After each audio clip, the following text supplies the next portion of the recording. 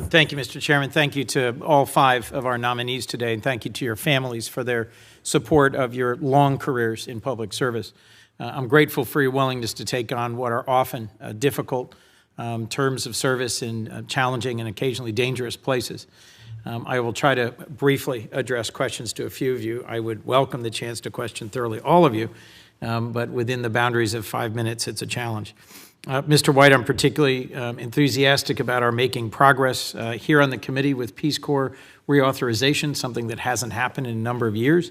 And I'm excited about our steady re-engagement with the world through the Peace Corps. I think it has, as you mentioned in your opening statement, laid the foundation for more than 250,000 Americans to serve across the world, across many decades. I will never forget my first meeting with the president of Ghana, who before Senator Isaacson and I could say anything else, said, "I want you to know the only reason I am today president is because of 2 young Americans who came to my remote village and taught English and science." And his quote was, "The United States is a country that became great not by what you took from us, but by what you gave to us, and that's because of the Peace Corps." Your own record of service in our military, your skills and training and experience, I think, make you well qualified for this role. I'd just be interested in how you see us getting to the 10,000 volunteer target, what you think are the barriers to recruitment, and how does increasing Peace Corps engagement in the global South also help advance some of our strategic interests in terms of competing with other countries that have different values and different priorities? Well, thank you, Senator, first of all, for the kind words and for the question as well. I do believe that, of course, American global leadership and its capacity for good, and I think some of those examples you gave are so many, and I've heard so many other examples of world leaders and everyday people whose lives have been enriched by Peace Corps. I do think that we need to continue to do great work in recruiting folks to serve in the Peace Corps. As it relates to public service writ large, we are seeing, I think, as we're all aware, less folks who are signing up to serve. I noticed that, of course, different aspects of the military, of course, the Marines seem to do quite well, and I have a lot of family members, including a nephew, serving overseas in the Marine Corps. But I think Peace Corps has taken a really great turn and executed an excellent marketing strategy now with the Go Bold initiative. As you and your colleagues may have seen, plastered all around here in D.C., but also in other places around the country, inspiring people to serve, inspiring folks to heed that clarion call that President Kennedy gave so many years ago. I think it's absolutely vital that we also ensure that we're getting a broad cross-section of folks from across this country so we can bring the best of America abroad and abroad back home. And thank you. I have just 2 minutes left. So briefly, Mr. Toner, if I might, I've been to Liberia 4 times. It's a country that has a diaspora community in Delaware. Go Irish, your own education, I think, laid the foundation for your service then in the Peace Corps. I'm thrilled you are returning to Liberia. I would just be interested very briefly in how you think you, in your role, if confirmed, can support democratic institutions in a country that suffered from an incredibly destructive civil war that really destroyed much of the civil institutions. I was close to the 2-term president who laid a lot of the foundation for that. But I'm very concerned about the direction, particularly given the dynamics of this election. Briefly, how would you promote democratic institutions?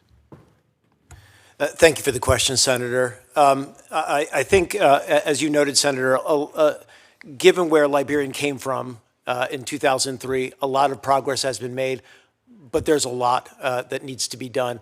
Senator, if confirmed, I would focus somewhat like a laser beam on corruption. I believe corruption is probably the biggest single impediment to progress, not only on the democracy building front, but also on the economic development front. And that will be a clear focus for me if I am confirmed.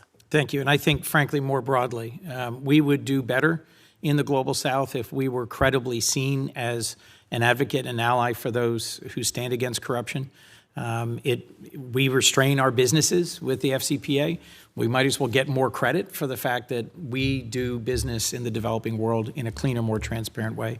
Ambassador Garg, if I might, I'm about to travel to Egypt. It's a country I've been to many, many times, and I value deeply our close partnership and relationship.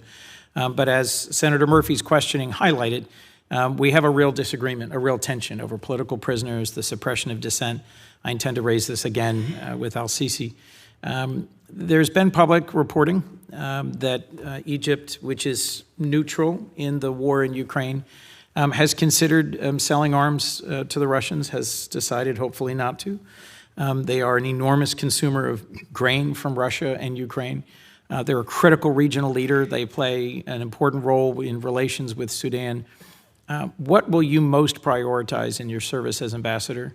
And how will you ensure that you strike that right balance between advocating for human rights and civil liberties and sustaining an enduring partnership that is key to Israeli-Egyptian relations and security?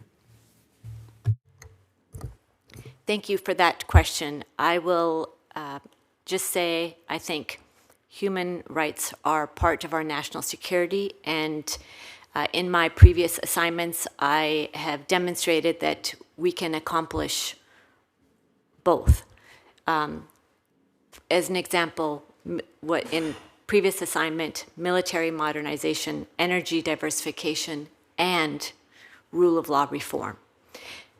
Having a confirmed ambassador on the ground elevates our ability to raise these issues consistently, which is absolutely important. And if confirmed, I commit to doing that, sir. Thank you, Ambassador Garg. I'll have some questions for the record, if I might, Mr. Riley. Mr. Martin, I apologize for not also engaging with you. Effective and engaged oversight on our robust programming is critical. Somalia is a nation that badly needs a skilled and seasoned representative of the United States. I hope we will quickly confirm all of the nominees today. Thank you for your patience with my going over, Mr. Chairman.